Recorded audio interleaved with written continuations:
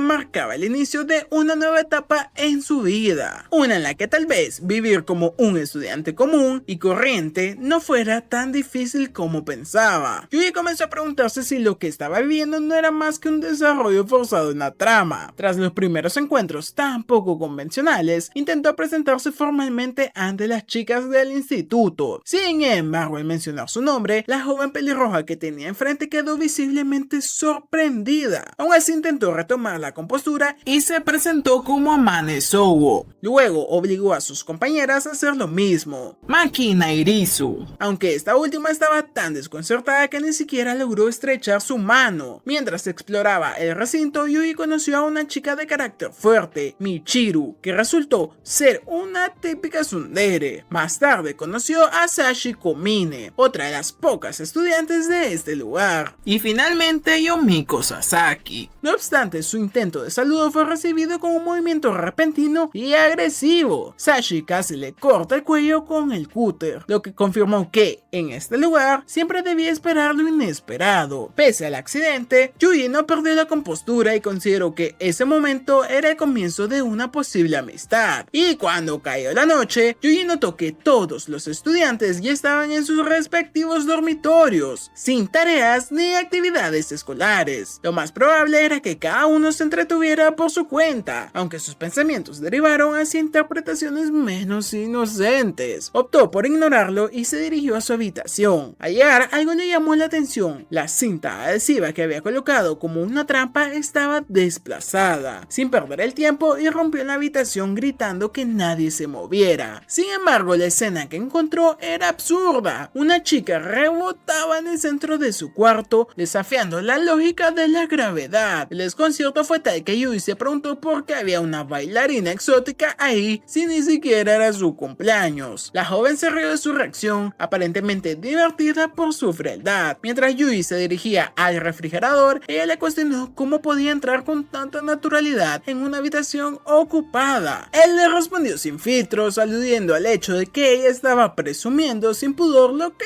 llevaba puesto. Ella no pareció ofenderse y tras algunos intercambios comentó que él parecía estar estar habituado a tratar con mujeres, por lo que le preguntó si tenía una hermana mayor. Yuji confesó que solía tener una, pero que falleció. Al oír esto, la joven se disculpó por haber tocado un tema tan delicado. Aún así le pidió saber el nombre de su hermana, y al escuchar que era Cookie, reaccionó con una sorpresa evidente. Luego terminó de cambiarse y le preguntó cómo se veía, pero Yuji, con su humor ácido, respondió con una comparación cruel que provocó daño emocional instantáneo. Curiosa por los objetos en su mesa, le preguntó qué eran, y Yuji le explicó que era su cena, compuesta por comida instantánea, lo que ella consideró inaceptable. Se ofreció a prepararle la cena, proclamando que a partir de ese momento sería su nueva hermana mayor. Cuando ella se marchó finalmente, Yuji reflexionó. Recordó que esa mañana había dejado su puerta cerrada y ahora no había signos de forzamiento. Dedujo entonces que la chica había sido capaz de abrir la puerta sin dejar ningún rastro. Por su parte, ella también se sumió en sus recuerdos. Pensó en el accidente del autobús escolar que cayó por un acantilado y las escenas traumáticas que presenció ese día. En su mente pronunció una frase que me dejaría helado: "Te encontré". Esto confirmó que aquel lugar no era en absoluto una escuela común. Cada una de las chicas que habitaba en ese campus parecía cargar con un pasado oculto y posiblemente peligroso, además de conectado con el prota. En ese momento Yuji recibió una llamada de JB. Le informaron que le habían asignado una nueva misión y sin perder tiempo sacó su maletín, ingresó el código y se preparó, pues comprendió que esta no era la vida normal que había deseado. Todo era una simple fachada. A la mañana siguiente JB apareció en la escuela y lo abordó con un tono casual, preguntándole si estaba disfrutando de su nueva vida escolar. Yuji respondió con sarcasmo diciendo que le estaba yendo mucho mejor que antes que ella apareciera. JB, algo herida por el rechazo, insistió en saber si su vida ahora era más normal, pero Yuji sin filtros le dijo que lo único anormal era lo fea que era su cara. Tras el frío comentario de Yuji hacia JB, ella intentó mantener la compostura, pero quedó claro que sus palabras le habían afectado más de lo habitual. Sin decir más, giró sobre sus talones y se marchó, dejando atrás una de las maniobras de conducción más impresionantes que Yuji jamás había visto. Al regresar a clase,